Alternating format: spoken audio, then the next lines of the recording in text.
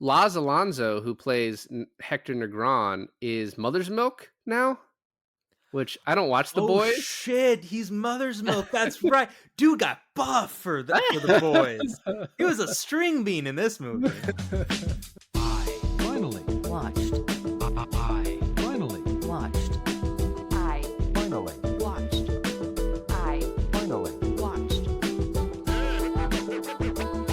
I finally Watched. Hey, everybody. Welcome to another episode of I Finally Watched. This is David.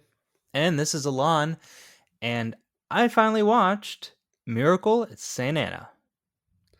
So, this movie came out in 2008, 2 years after Inside Man, which I think even after this month is still probably my favorite Spike Lee movie. Probably Do the Right Thing is more important, but I love Inside Man. And so I got some friends together.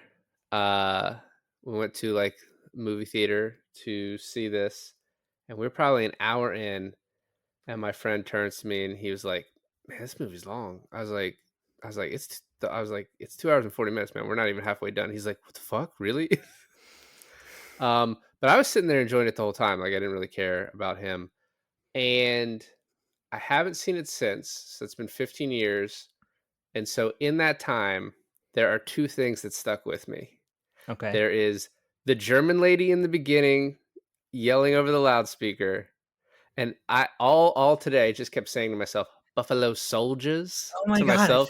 I forgot about that. I split this movie up into two watches, yesterday and today, and I forgot about the German lady in the I beginning. got two white biscuits right here for you, boys. And then the other thing is Renata's boobs at the end. They Oh, really stuck with me. oh yeah. Oh yeah. Not to be too lecherous, just really being funny. But this movie is actually fairly poorly rated. Um, and I don't really. I guess I understand why, but separating it from that, I think it's actually a pretty great movie. Um, the reason a lot of people don't like it is because the massacre at St. Anna is a real thing, and this sort of treats it as a plot device. You mean rather than actually kind of addressing what happened? This is a fictionalized story around a real event, like a real war crime that Germany committed in Italy. And so a lot of people are upset like that it wasn't given sort of the proper treatment, and you have this fake story that surrounds it. Um, Separating that out, I think it's a really great war movie. It's a really great it's once again Spike puts a lot of like sort of commentary into the movie about black soldiers and how they were used in World War II. Um but also just like the dynamics of the soldiers are very interesting. And it's like the story all ties together. I will say like there were some parts here and there where I wrote down some notes where I was like, didn't like that, could have cut that, here and there. Like there's definitely room for improvement. But I mean, at the end of this movie, even as cheesy as it was, I fucking started tearing up. I think it's one of my favorite Spike movies now. I think I don't know how I feel about it compared to like Do the Right Thing and Malcolm X. But you kind of have to put Inside Man in a different category, right? Because it's wildly entertaining, but it's not as deep as the other movies we've been doing this month. Right. Um, but there's just something about this movie that's just like, I don't know, the ending, right? The ending, especially where it really hits you, like everything kind of falls into place and you it hits you in the feels. uh, but Spike Lee is such a talented director, but I feel like you don't really see it sometimes. Um, his dialogue is great, and I feel like you get that in movies like 25th Hour, but his whole way of like shooting a scene at some points might seem a little on the nose. I think you get some of that in this, but then other times you're just like, oh, everything is just so well done. It's just like really highlights him as a great director. And I think the ending for this movie is one of those. But I am curious if I felt like that the ending was a little bit more telegraphed this time. Although I was like, is John Leguizamo the little boy, or is that just Italian dude that was running around? What is John Leguizamo doing in this movie? Is it Well, we're also? gonna we're gonna talk about the whole beginning of the movie because I have some questions myself. Like, yeah, But I do think that I think maybe upon second viewing that the whole twist and the payoff at the end works a little less. Obviously, that's how most movies work. But you can see like it's a little over telegraphed. But yeah, upon first viewing, when that all happened, I mean, that's probably why I love this movie so much the first time I watched it. I will say, this is the very end, but it's whatever. It's so fucking obvious that that kid is Angelo at the end. The guy is Angelo, and he's yeah. like, "It's me, the boy, Angelo." And then then Hector says Angelo like 30 times as the movie ends. It was like, "We get it.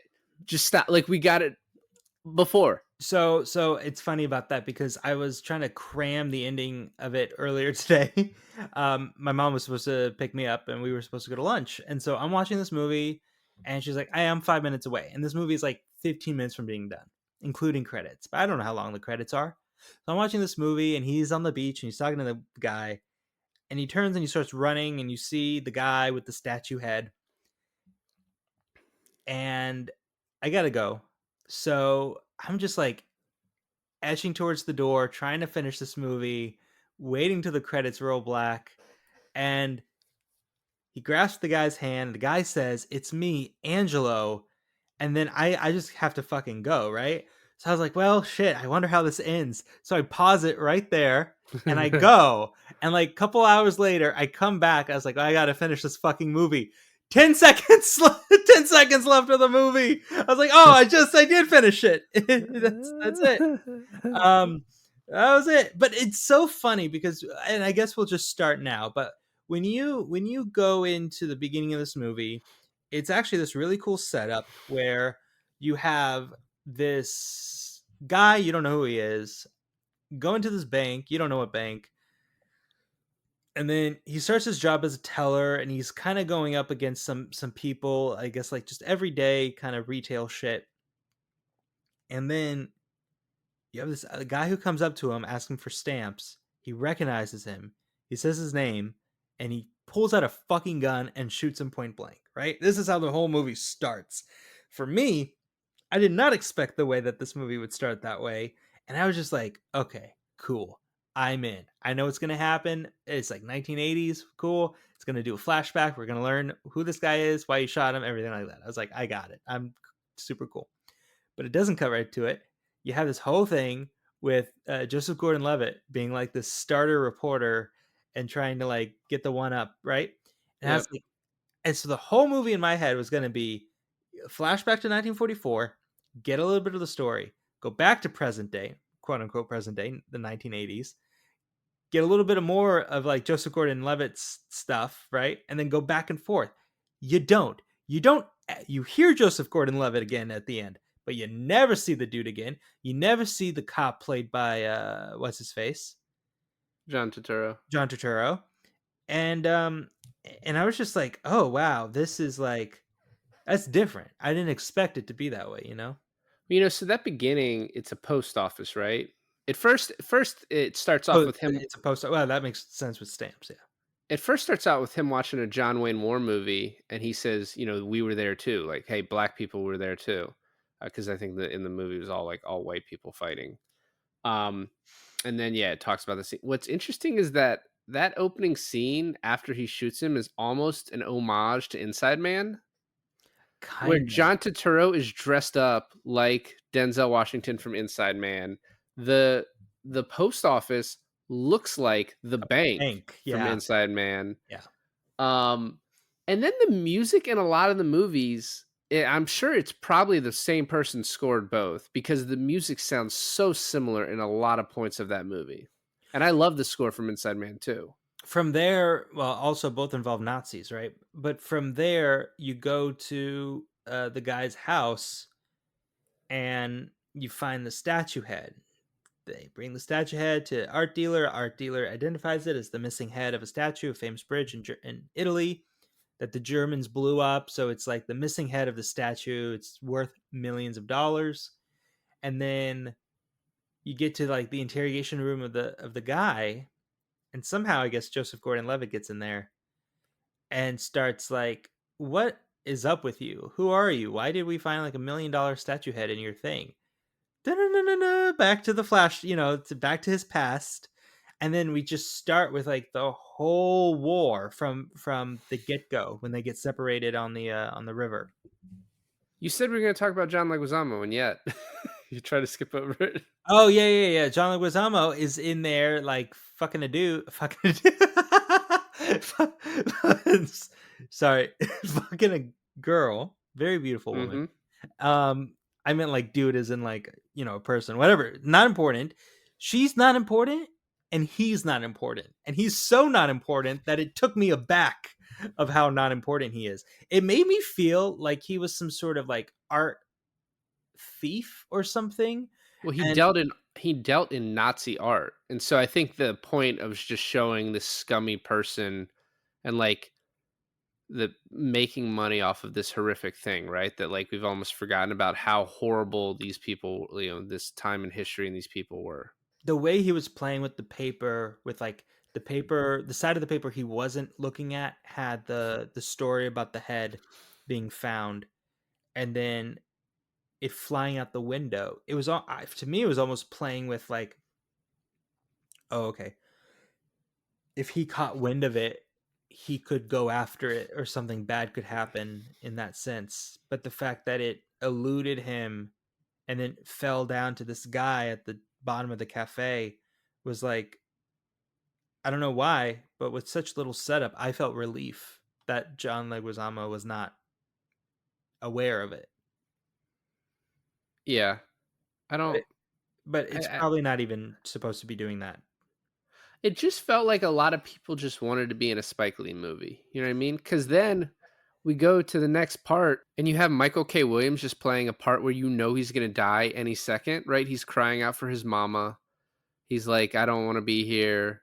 And then he gets shot. He's one of the first people killed. Besides, I Oh, guess you're the talking leader. about when we're back in 1944, right? Correct. I Yeah. Can we talk about the guy who gets the newspaper? He's at the bottom of the cafe. That's the guy from the end.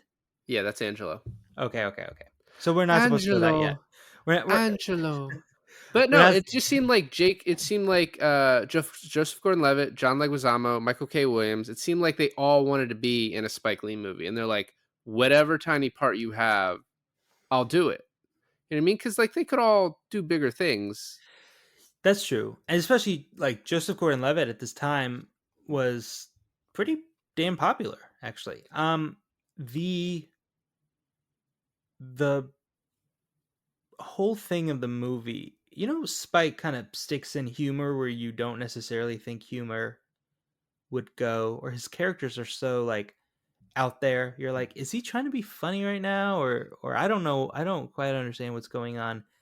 This whole beginning part to me was like that. It felt like, because especially because it's a World War II Nazi Germany movie, it felt like this movie is what would happen if Spike Lee directed Inglorious Bastards.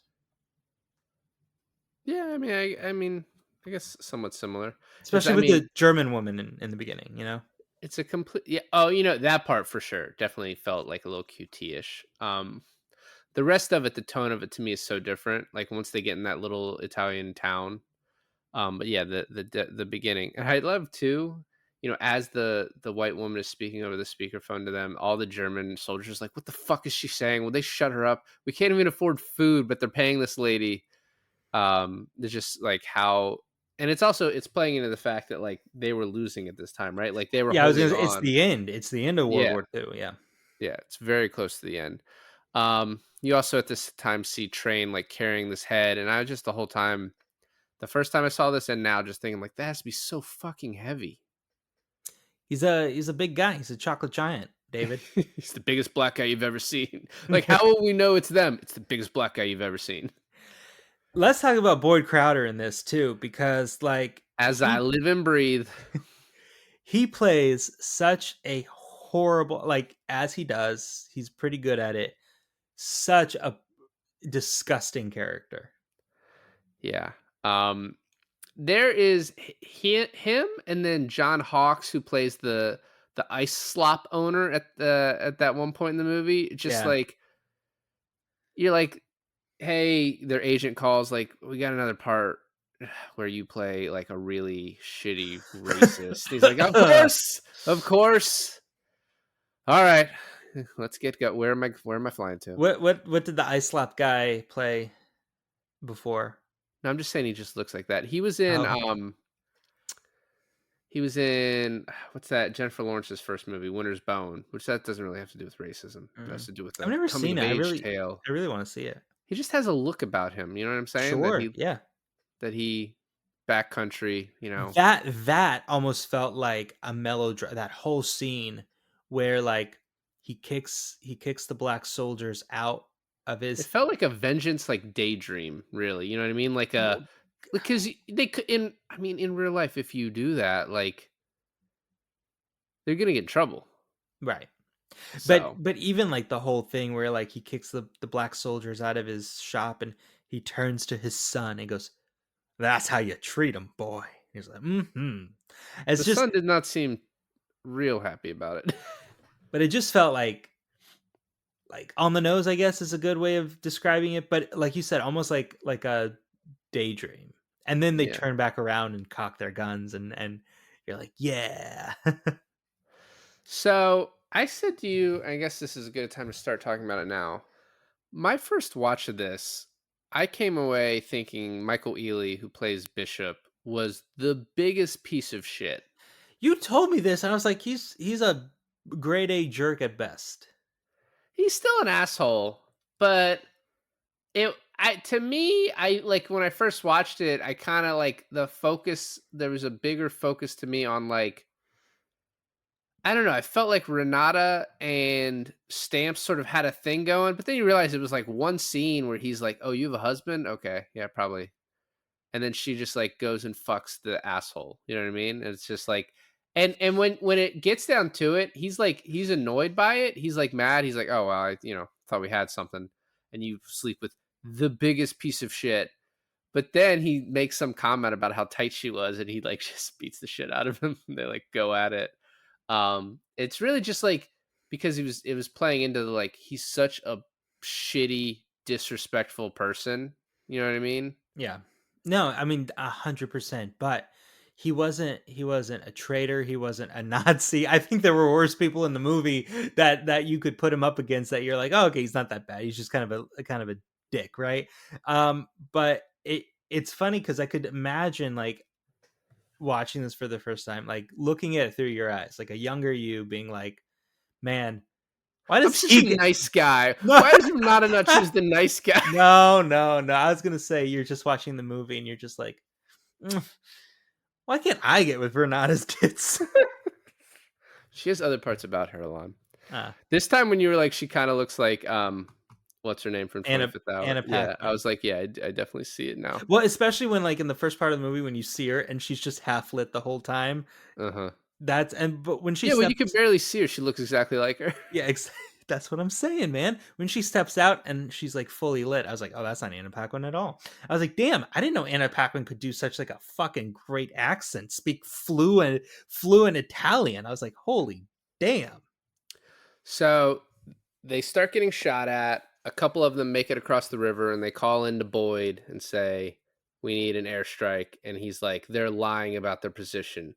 This part doesn't really make any sense to me because it's like, either way, the Germans are on the other part of the river. So why are you not shooting on the other part of the river? You know what I mean? So the only thing that I could think of logically would be he maybe thought that they've made it to the other side of the river.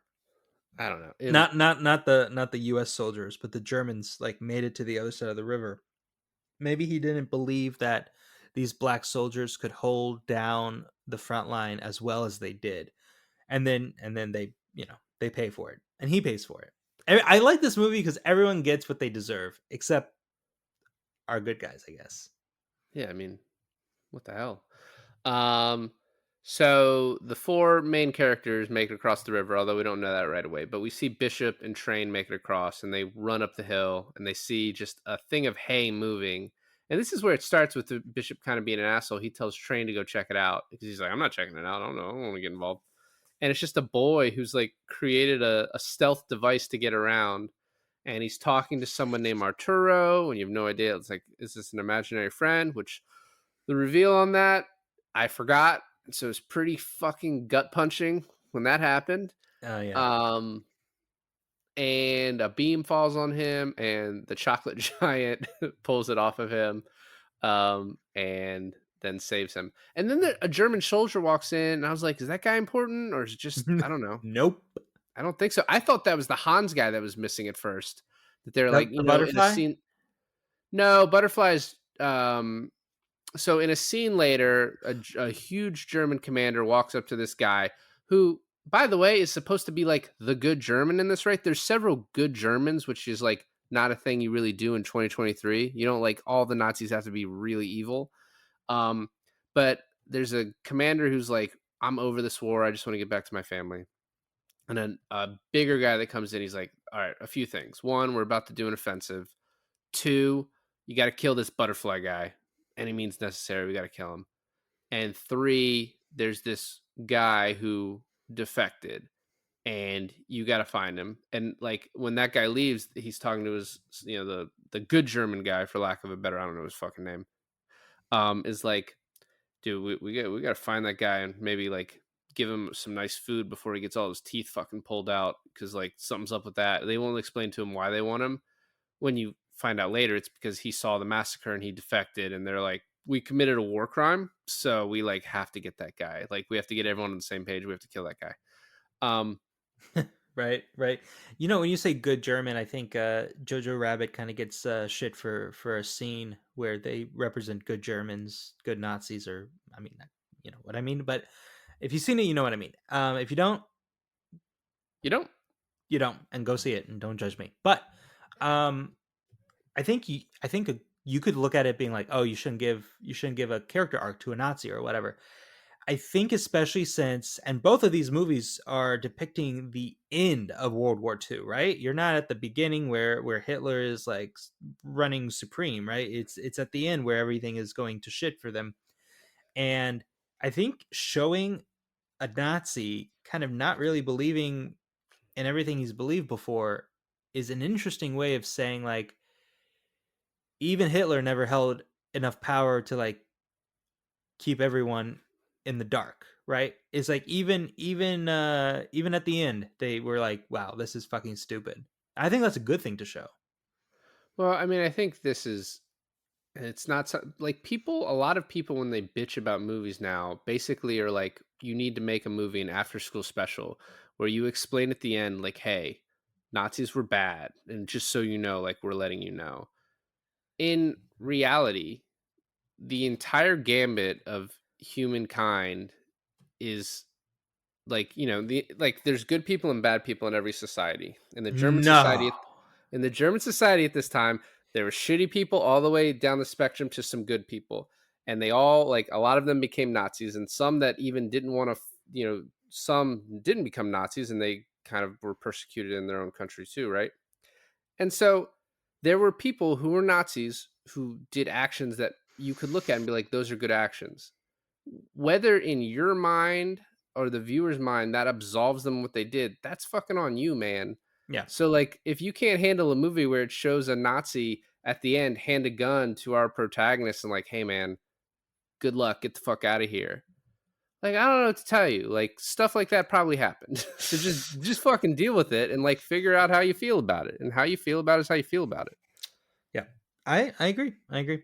So So then there was an explosion in the barn, and Bishop is like, this is another reason he's a shitty person. He is a shitty person. He's like, fuck Train, he's dead, I'm out.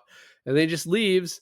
And then they see he catches up with the other two guys, Hector and I Stan. thought it was an interesting choice that Hector is the guy that lives at the end.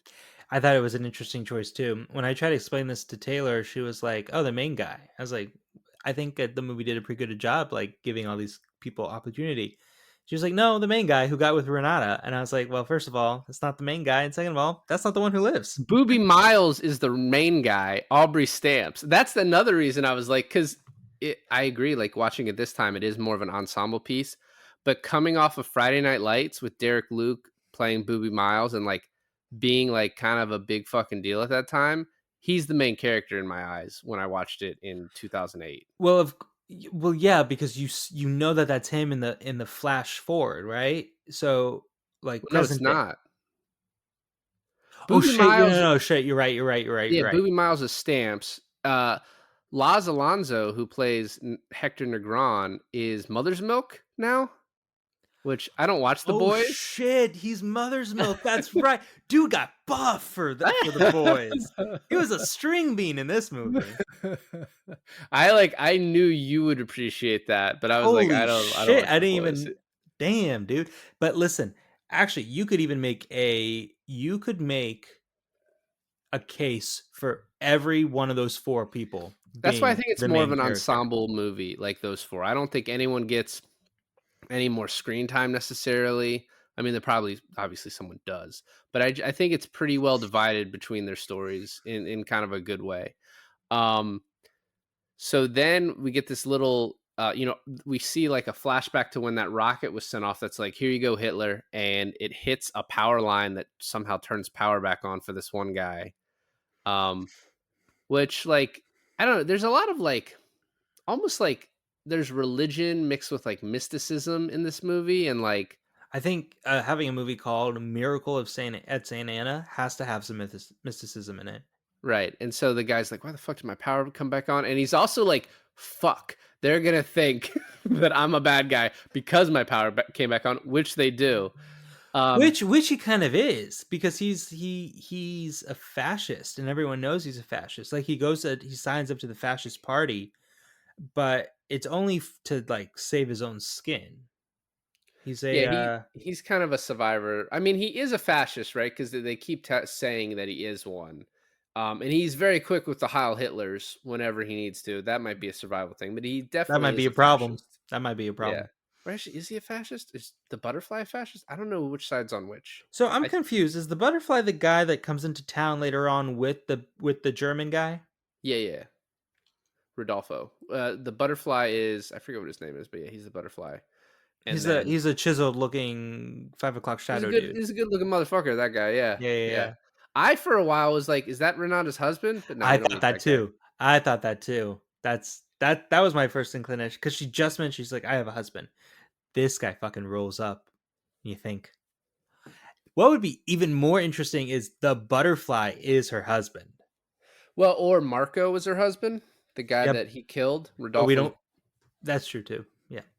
we don't meet that guy. So they roll up to Renata's door right after, they're they're talking. Oh, we forgot about we go to Central Command and they find out the Germans are planning a counteroffensive, and that's where like Central Command finds out that 4 black soldiers have made it across, and he's like, their commander, Boyd Crowder, didn't believe that they made it across, so he fired in the wrong spot, and they're just shitting on his character so much, and so then they knock on Renata's door and they bring the boy in, and they're like, we're staying the night, so you got to deal with that shit. There's also this big play to like bring the kid to the hospital and not just like fucking leave him in the with him. And that's kind of their downfall, is like trying to do the right thing by this kid and not getting the fuck out of there, right? Yep. Um you also have the fact that they're completely surrounded by Germans, and then on top of everything, Boyd Crowder gives them an extra mission. Fucking dumbest shit I've ever heard. Go and capture a German Nazi soldier. Hold him until we get there.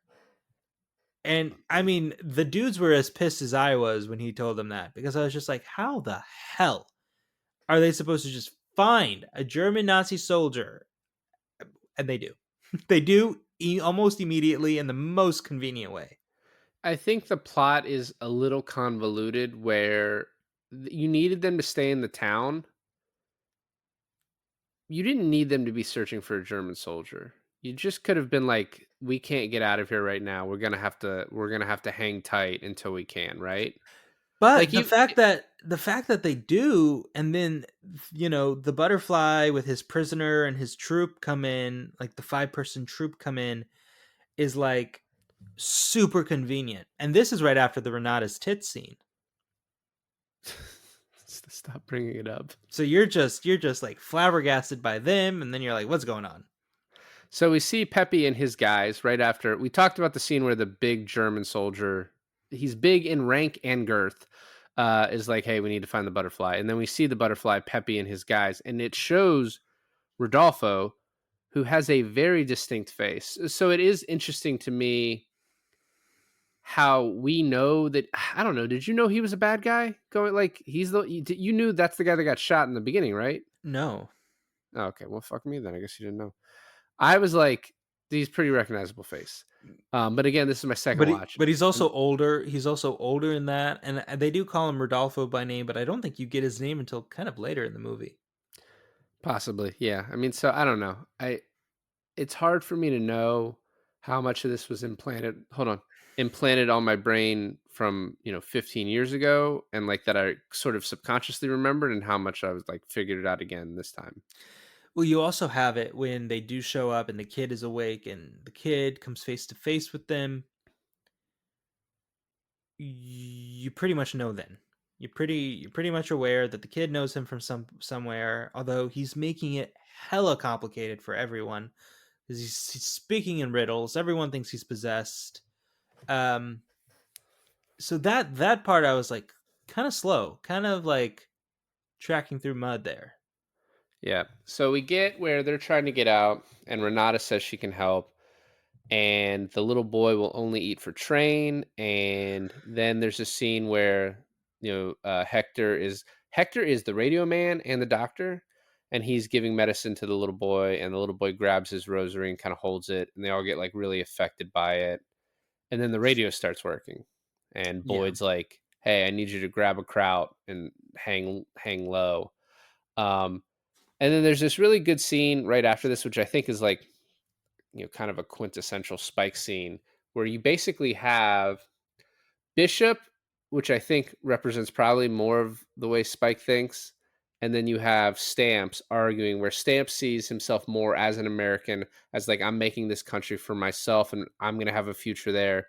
Even though later on in the movie, he's like, I don't even know if I believe that shit, but it's like what I'm fighting for. He's like, later on in the movie, he's like, these Italians don't treat me like a second class citizen or third class citizen like I am back home. Like, I'm treated better here, which is mainly probably because he thought he was going to get with Renata.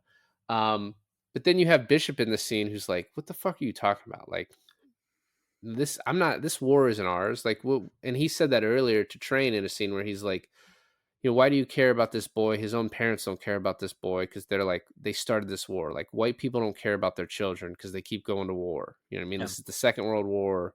They keep doing this shit. Like, do they really care about their kids? Why do you care about their kids? right. And I think it's a really great scene where you're kind of getting two sides of and it's the reason Spike wanted to do this movie, right? Because you wanted to show one, like the black soldiers that were forced to fight in World War II, forced and chose to. Two, the way they were horribly treated, at home, and then as they're fighting, and sort of almost used as like bodies to be shot, and to take ammo. And then just the way that kind of different soldiers would have thought about that. It's a great scene. You kind of have a couple scenes going on now. Right after this is you have the dance hall. They're all dancing, and you, you kind of have Bishop and Stamps both flirting with Renata, although Stamps definitely got there first. Uh, He called and then dibs. and then did it really make you feel like they were trying to like get a threesome going on in that scene? I feel like Bishop would have been down. He was like, whatever works, man. I'm fine with that. Um, to me, it definitely felt like good guy, bad boy, like nice guy, bad guy, or bad boy energy. You know what I Yeah, mean? yeah. Like, Oh, 100%. and Dude, he even when right before he had sex with her, he's like, "You like jazz?" but it really, in retrospect, it was like, I mean, her husband's gone. She was horny, and like, if Stamps had pursued it, he would have gotten it, right? Like, she was interested in him. Dude, she was naked in front of him and she was not in a hurry to put top on. Yeah, and I think he was trying to be more respectful, and then he's like, you fucking hoe. Like, you just, like, I can't believe you slept with this dude. Like, Yeah. unbelievable. I think we all felt like that actually. I think we whole audience felt like that.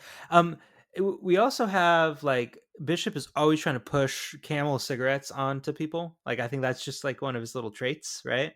It was just like, hey, this is the finest American cigarettes I have to offer. So, will that work for you? And then you also have, I think we talked about this briefly. We just have kind of just a lot of scenes to go through before the Nazis come. But we have the ice slop scene, the flashback when they see the posters on Yeah, that the, happens. That's like simultaneous with them arguing yeah. about their place in America. I just didn't want to skip it because it brings up a really good point that they're serving Germans, but they wouldn't serve their own American people. But of course, they're African American, so they didn't view Yeah, the them. Germans are pretty white, Alon. I don't know if you're aware of that. And they would Yeah, serve the black people just through the back. that's no way to treat soldier. Even even the white American soldiers were like, "Hey, you can still be racist. That's your American God given gift, but you got to respect the uniform." And they're like, Yeah, "Nah." once they're in the uniform, you got to treat them as like white, basically, is what they're Yeah. saying. Um, so after this, we get the party scene and the scene where Stamps says, "I feel more free in Italy than my own country," and then the partisans show up. And the little boy recognizes Rodolfo immediately, and Rodolfo recognizes him immediately. And then the German recognizes the little boy and is like, "I told you to run before. I need you to run again." Which, in the end, he does run. That little boy does run. Um, and Boyd Crowder says he's coming himself, and they know something big is going on. So And let me get this straight real quick.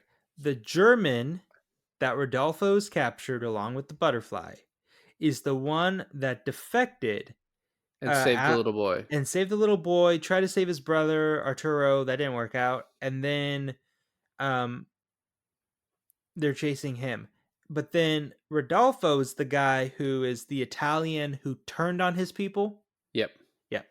So how did Rodolfo and the butterfly connect? they're friends. But the butterfly doesn't know that Rodolfo He turned. does in the end. Yeah, yeah, when he gets shot. Yeah. Um, So they talk to the little boy, and this is the first time like he talks to Hector because uh Train is like, just talk to him, man. To tell him, it's cool.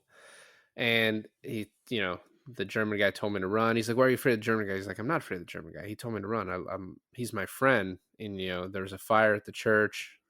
He's like, "I'm afraid of the other one." And then Hector tells Stamps like, "Hey, I don't fucking trust this guy." And so he puts Hector and Rodolfo in charge of watching the German. And then they're also like, "Hey, Rodolfo, go up and check to see if there are any Germans coming." And he looks, and it's all the Germans are coming. Every A single one of ton of them, a Germans. shit ton. And he Yeah. comes back down and he goes, "Nah, it's cool. It's fine. There's no Germans." Yeah, we're good. And then he proceeds to stab the German in the neck, slice at Hector, and then Yep. run off. So the German's dead. Hector is confused as all hell. The German, no, sorry, Rodolfo meets up with the butterfly. You keep thinking Rodolfo's German. I swear he's Well, because Italian. he's yeah, I know, but he's He's a a traitor. traitor. He's a He's a traitor, Benedict Arnold. Arnold. Um, so he's talking with the butterfly, and the butterfly just like, "I fucking know that you're the traitor." And then Rodolfo shoots him. Hector comes in with a gun and basically chases him off. And he's gone. We never see him again. Yep. Well, we did get this really cool scene. We don't get the Spike scene where someone's walking on the dolly shot. We don't get that. No, but we did get the hug. We got the double take on the hug. Which one's that? The Spike shot where someone goes in for a hug and then it cuts right before they embrace and then backs up again and it's a closer shot of them hugging each other again. I didn't know. I didn't know that was a thing. That's a very famous Spike Lee shot. We get that. We get these intercutting scenes of prayer, which the Italians are praying, The black soldiers are praying. The German soldier that's been caught before he gets stabbed in the neck, he's praying. They're all basically saying the same prayer Yep. In like before 3 different languages, right? all hell breaks loose. German, Italian, and English. Yeah. And then Bishop and Renata get it on because they're two young people with needs, We talk and about the massacre yet? so that's next. And that was really fucking hard to watch. Yeah. One of the hardest scenes to watch in a movie. I was surprised how hard that scene went. So, and in that scene, they kill like 100 people in the courtyard. That part is real and happened. But before that, they had in real life killed like 400 other people. And the butterfly is like talking about this flashback because he thinks it's his fault. And it, tangentially, it's really Rodolfo's fault and the Germans' faults. This is fucking awful. Just fucking awful. But I think this is when we get the fact that we find out that Angelo has a brother named Arturo. That's who he's talking to. We find out that Rodolfo is the one that gave away these people, and that Hans, the German that's everyone's looking for, saved this little boy and knows about the massacre, and they need to get him back. So it really kind of ties all those ends together. And this is, he's telling this scene to his mom, and the butterfly's mom. I guess it's his mom, probably his mom. Someone betrayed you have to find out. And then he confronts Rodolfo, who kills him. So we get all of this to lead up to we're waiting on Boyd Crowder to come and get the German, right? But the German's dead. But they can't tell him that or he won't come. So he gets here, and you have this kind of standoff with the 4 guys and the rest of the commander's troops. And Train has grown affectionate to the little boy, so he wants to take him with him, and he's like, I want to take care of him. And then he's like, no, you're not taking him. And then dude chokes a guy out by lifting him like 5 feet above the ground, and you get this shot where you finally see the sleeping man statue, or the sleeping man mountain range, coinciding with the guy he's choking out. Like the nose outline, the mouth outline, the head outline just kind of aligns with the actual mountain range called the Sleeping Man. Here I have a question for you, David. Why is Hector like, I know who the Sleeping Man is? She's just talking about this random dude? Yeah, I don't know, man. I don't know. I think it was like, it's obviously a cool shot. And then, there's the one old Italian guy who sees it. He's like, oh, the Sleeping Man. Right. But yeah, I don't know. I just thought it was a cool shot. I didn't really make any heads or tails of what it actually meant. You get kind of the commander just being like, you know what? Fuck y'all. I'm out of here. You're on your own. Well, it's funny because he goes from like, no, you're not taking the boy. And he's like, I need to take the boy. And he's like, fuck it, take the boy. And then he's like, hey, don't curse. And he's like, all right, you can't take the boy anymore. Like it just goes back and forth. And he's like, all right, I don't know what he's like Goose Feathers or whatever that fucking guy's name is. Like the guy who's his second in command that spits in his water in the beginning. He's like, grab the boy from him. He's like, hey man, don't hurt me. And he's like, you better not fucking touch this boy. I will kill you. Yeah. And then in much the fashion where all the bad people in this movie get what they deserve, fucking Nazis blow up Boyd Crowder. Yeah, but then there's also a lot of black soldiers that get killed along with him, and it's like they're not. I mean, none of them were bad people that we know of. We didn't see them do anything bad. Yeah, I mean, but they're following this guy, right? They're following this guy, and I think they called him. Well, they didn't call him, but there was the term Uncle Tom being thrown around, being like some of these soldiers are Uncle Toms to the higher white commanders. I don't know if you should be throwing around that term. I mean, I don't think they deserve to die because of that. No, I'm not saying they deserve to die. I'm just saying yes, they deserve to die. No, I mean, there's a lot of there's a lot of innocent people that get killed in this movie, but there are also a lot of people where you're like, it's kind of almost the trope of like, so we, earlier, Bishop and Renata, they get caught having sex, or after the aftermath by Stamps, and then they both get killed like in the siege, right? So we see Boyd and those people die in their trucks, and then the Germans start invading the town. Pretty much everyone in the entire town dies. It's actually a very well done, like mapped out scene, like with the Germans surrounding them, Stamps killing a lot of them. But Renata gets killed, her dad gets killed, you know, uh, the chocolate giant gets killed, Bishop gets killed, and then in the end, Stamps gets killed. Yeah. Um, and the You only you people that even think left, Alessio you even think Alessio gets killed. no, Alessio's probably fine. Angelo, I think we thought got killed because his name's Angelo. Oh, I did it again. Yeah, but How do I forget his name, right? Yeah, so Angelo got you think it's the little boy, Angelo. you think Angelo got killed. Of course, yeah.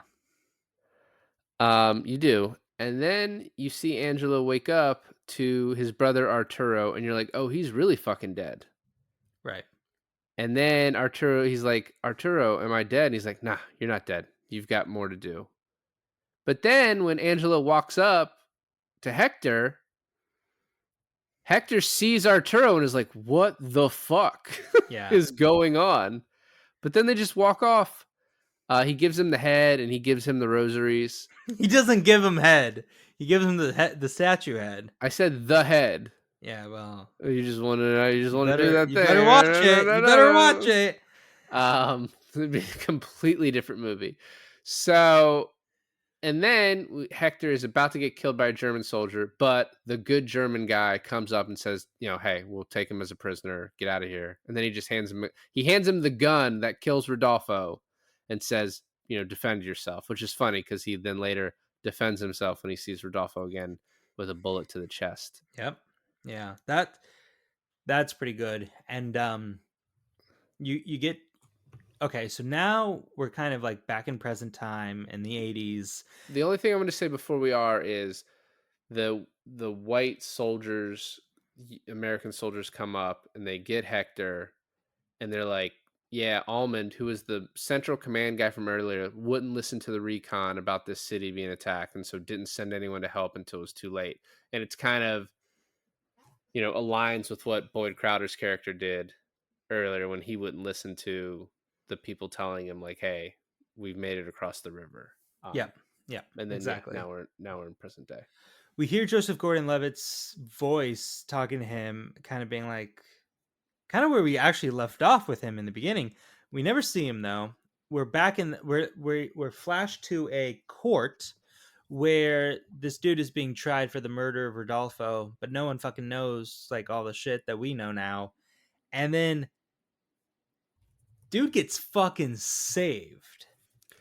So, yeah, all of a sudden, his public defender is replaced by Kerry Washington, who's just, once again, in a very small scene. I guess, I don't know. Was Kerry Washington as big in 2008? I feel probably like not before she was in Django, but... So, this part's really funny. So, the district attorney is named Peter Hammond. That guy was the bank manager in Inside Man, and he was named Peter Hammond in Inside Man. The judge was the DA that Jodie Foster pulled some strings with when he's like, oh, yeah. You're such an unbelievable cunt. Yeah. He was that guy, and he's the judge in this. And I love, he calls Kerry Washington up. He's like, what the fuck's going on? She's like, oh, I just picked this out of a hat. It's my pro bono case. He's like, I smell a rat. And my favorite line is, well, if you want to be an appellate judge next year, you better cover your fucking nose. And he's like, oh shit. Okay, $2 million bail. And she's like, and we're paying cash. That fucking badass. So obviously, I like also how the judge was more interested in what happened to the statue than actually what's going to happen to this guy, right? And we get to, are we now in Italy or where are we? We're on the beach somewhere. We're in the Bahamas. We're in the Bahamas. And then Hector is with this random butler guy. right? I don't know what that guy is. He's like a sage advisor. He's a philosopher. He might be an angel. I don't really know. He speaks in rhythm and rhyme, and I love that Hector's like, "What the fuck are you saying? I can't understand you. What are you saying?" He just points over. He's just walk over there. Like, I don't know. Just walk over there. There's another thing where he's trying to explain how his benefactor that hired the lawyer got all of his money, and he's like, he invented seatbelts and safety measures, and like, I'm like, what are you I was like, talking John about? Leguizamo deals in Nazi art and invented seatbelts? You could not think that it was John Leguizamo at this point. No, I didn't.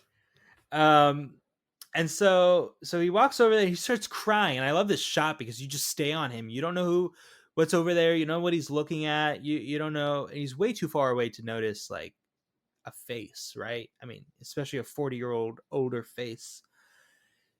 But he's crying and he goes straight to bum bum bum the statue head. Uh-huh. Which we were told it was put back to Italy. But I guess Alessio got a hold of it. Alessio's like a billionaire now. Oh, sorry. Angelo. God damn you.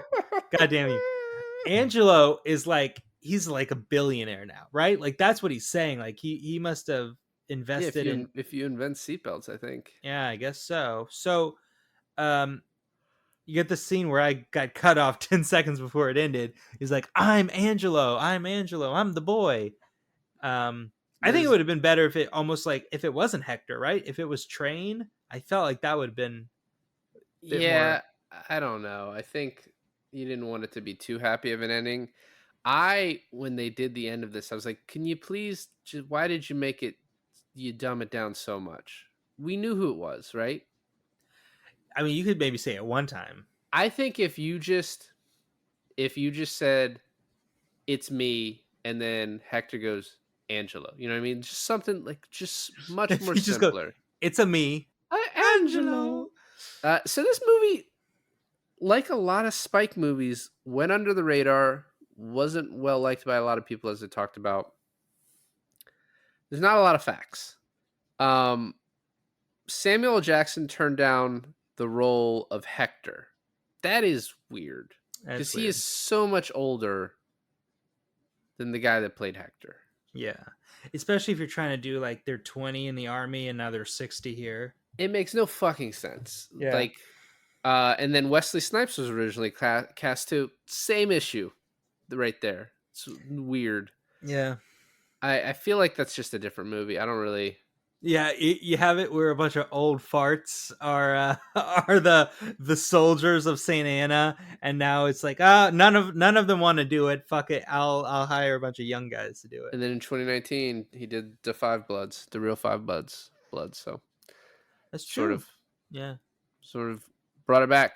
Man, watching this movie again, despite a few issues here and there, some overacting, some underacting maybe in certain spots. I don't know, man. I thought this movie was great. Again, I now remember why I haven't seen it in 15 fucking years though, is because that fucking so rough. The Santa Ana massacre scene is so fucking rough. And the movie in and of itself is just very long. You know, it's just kind of a lot of stuff to get through. But I'm in the same boat as you. I agree with you. I love this movie. It's one of my favorite movies we've done, in a while, in a bit, and man, those boobs, right? I mean, come on, can't get over it. No, it's so good. I really enjoyed it. I almost feel like it's one of those movies that I'm going to suggest a lot to people to watch. If they can fucking find it. Yeah, that's true. I had to fucking buy it on Amazon, but I'm gonna just be like, have you seen Miracle at St. Anna? No?